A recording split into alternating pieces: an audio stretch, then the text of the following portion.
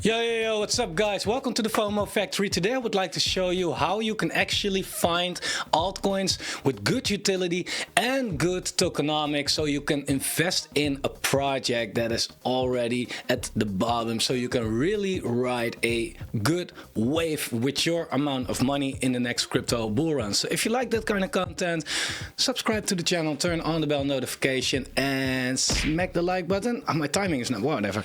So how do you actually find these altcoins, right? It's hard because new altcoins are pretty speculative. You don't know if they're going to perform. It's high risk, high reward, of course. But there's also a way to find altcoins that are already out there, which are already good, but that also have good tokenomics. And how do you do that? Well, there are multiple ways, of course, but this is just one way that I really like, and I'm going to show it to you. As you may know, I like launchpads, CDFI, Engine Starter, but there are a lot of good launchpads out there, Pools, DAOmaker, whatever. And these launchpads usually release good projects, right? Sometimes they release shitty projects as well, of course. But overall, launchpads, they set the bar quite high, especially if you have a good high-tier launchpad. So what you can look at is this. And I haven't prepared any of this, so I'm just going to mess around on cam with this to show you how I exactly find it. So there's a website called cryptorank.io. Now, here you can see a lot of stuff, right? You can see a lot of stuff. You can, by the way, see at funds, recent crypto VC investments. So you can also see which VCs are investing in certain projects, right? So you see like, oh, Delphi Labs, they raised like $13.5 million from P2P Validator and another one. So it's a good way that you know that the project has runway, by the way, but that's kind of a free tip. What you do is you go to IDO/ICO and you click Launchpads. Now, then you can filter out, you have to choose a launchpad. You can look at them all, but you have to start somewhere, right? So let's just start with, well, number one, DAOmaker. Now, what you can look at is, for example, the projects that they released. You can filter on the all-time high ROI. So GameFi, for example, right? When GameFi released that, which is a launchpad as well, I think, but they made an all-time high of 366x. Now, yeah, if you buy there, you get wrecked, of course, right? But you can also see that the current ROI compared to the IDO price is sitting 5 times higher, right? So from 366x to 5x, aka you could have bought it very cheap. It went completely to the moon and it came all the way down. Now, then the next step of your research is going to start, because you have to know, like, okay, why did it came down? Now, I can already tell you that with a lot of these launchpad projects, it's because of token vesting. It's not necessarily because the project is not good no more, but that's what I'm going to show you, how you do a bit of research to that as well. But it's mostly because there's a lot of token vesting coming. So GameFi was released on DAOmaker, so the people that were in that launch, they got their tokens monthly or whatever, and maybe there were even more launchpads that released GameFi. I don't know, maybe we can find that here as well. There's probably a way to find that here. It has a lot of information. So in that case, okay, cool. We got GameFi. It looks pretty interesting, right? We know the potential, how high it can get. I mean, it went there, but we also know where it is right now. So you just go to CoinMarketCap, CoinGecko, whatever you like. You search for GameFi. And then you take a look at the project. Like, okay, what's the first thing that I always look at? Well, these are basically two things. Circulating supply compared to the total supply. If that's way too far from each other, then I don't give a fuck what it is, how good it is, what the market cap is. I don't want a big token vesting happening and dumping on me. So that's the first thing I take a look at. Well, around 33% of the tokens are vested. Okay. Not bad. Could be better, but like if the difference is like 5, 10 or more x, then I'm not interested. 3x, I take in consideration that that's a good thing. Then I look at the market cap. Okay, GameFi, low cap, right? Fully diluted. Mid cap, give or take, but still. Well, look at the price, of course. Just scan the price chart for yourself, right? I mean, they had a lot of volume. They went completely crazy in the bull run, went all the way up to more than $300, and then came down pretty nasty. Now, if you zoom out a little bit, what do you see? This is what you see. So GameFi, what I see right here is that they still coming down. Even if 2023 is a pretty good year for crypto, right? But if you look at 2023, you know, it's still going down, even if you zoom out a little bit. The low was around like $5 or so. I don't know what the fuck this is supposed to mean, but that can't be right. That's insane.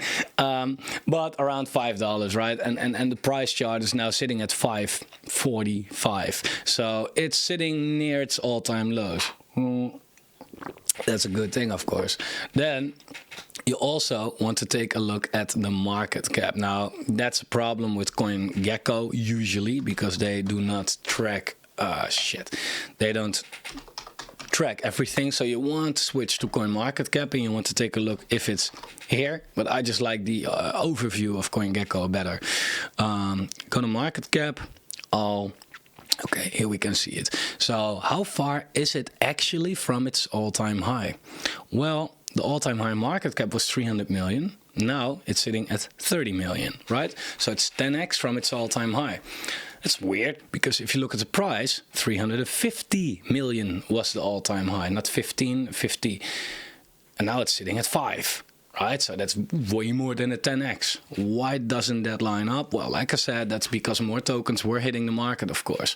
Okay, cool. So the actual potential that it has is not when you look at the price, right? If you ever do that, that's wrong. That's not how it works. Please don't look at that. Don't look at the price. Look at the market cap, right? But it actually, from, to the previous top, it has 10x potential, right? And there's a lot to do before you can figure out if it actually can go back there or beyond maybe, or even close to, but that's the only thing we can compare it to, right? Now, also, if you look at the market cap that it had back here in November 2022 was 10 million or so, right? And it shot up all at once. Sometimes you have to look like, yo, is that a glitch or anything? Well, you want to take a look at that, but that could be because of token vestings. Okay, so now we know that. Then you look like, is there decent volume? For a project with a $28 million market cap, I don't consider $160,000 decent volume. I find it quite low, to be honest. So that definitely could be better. But if it's that, then it's not 165,000 as well. Well, you want to take a look like where it's listed. PancakeSwap, KuCoin, Gate. That's basically it, right? And these two other shit exchanges. So, does it really has a decent exchange listing? Yeah, KuCoin is decent, basically. But that's it. So, next thing I would like to do is look at the Twitter. Because if you look at the Twitter, you can see, are they still going on, right? So just first look at, when was this last listed or posted, right? So that's definitely not bad. They're still active. They're doing a lot of, launches themselves because they are a launchpad. Right, I know this, so I skipped the most important part. You want to take a look at what the project is in the first place, okay? But I hope that goes without saying. But it's actually, utility-wise, pretty good project. So, on their Twitter, they're not inactive, right? So that's definitely not bad. But you also want to take a look like, okay, we saw they have 500,000 followers, right? When they tweeted something a couple of days ago, they get 6 retweets and 21 likes. That says something. And what does that say? That says that a lot of these followers, most of these followers are or fake, or they have lost interest somewhere along the way, right? Because if you really have 580,000 followers that support your project, you get a little bit more than like 20 retweets. So That's a red flag to me, though. Definitely. Now, in every niche, there is a way to research a project. If it's a layer 1, you can go to DeFi Llama to find some information about that. But this is a launchpad, for example, right? So the thing that make the price go up is by doing good lunches. That's their utility. So in that case, we can go back to did I click it away? No, to CryptoRank. Right, because here we will probably see GameFi somewhere. So let me search for that. And here it is. It's number 7, which is definitely not bad. Their all-time high average ROI is 49%, which looks like the highest of them all. Right? So then you want to take a look at that all-time high ROI. They released some projects that did very well, right? We all know MetaGods, we all know Sidus Heroes, we all know maybe DreamQuest, you know that. There are a lot of here, right? They released some decent, good projects in the bull run. So we know how they do in the bull run, right? How they do right now, it sucks. You don't want to participate in their lunches. And I mean, yeah, they have probably a protection policy, but they just don't do it in the bear market. So here you can find a lot of information on how they perform launchpad-wise, basically. Okay, so definitely go check that out. You can see the performance right here. You can see the upcoming launches right here. Pretty interesting, if you ask me.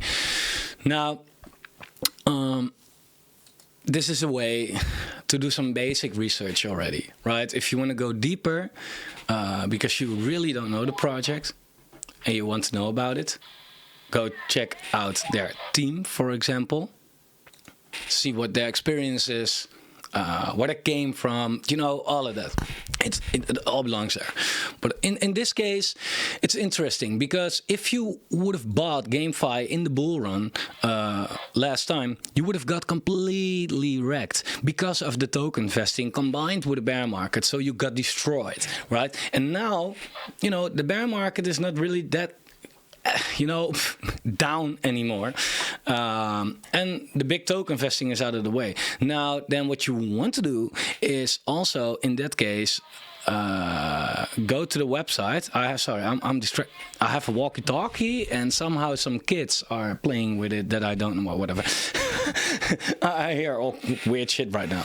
But you want to know, like, okay, if the supply was killing this, then, you know, is that still going on? So you want to go to the website, you want to check out the white paper, right? And it depends on the project where you can find that.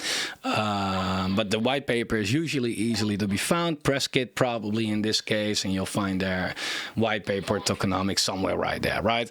And then you want to look like, okay, how is the token vesting actually looking in this case for GameFi? So that's a good way to find it. Now, this is a really good way to do this. So, and I just checked out the Twitter, but also go into the Telegram, for example. So if you open up Telegram, there we go. Yep. Then you just scroll. Look at the date and just scroll. Why do I do that? Well, to see, is there a lot of talking going on in this group? Are these people active? Right? And I'm scrolling quite a lot, and it's now, you know, not very far. Right, so a lot of people are basically talking in this group. So I kind of like it. This is a good basic way to do your research, to find tokens, projects that can do very well in the next bull run, because the token vesting is already out of the way. So I want to leave it there. I hope you enjoyed the content. If you like it, please like the video, subscribe to the channel. Don't forget to check out a sign up to Bybit, link down below. You can win an iPhone 14 if you at least trade $100 somewhere in April. So that's it for now, guys. Stay safe. See you soon. Bye.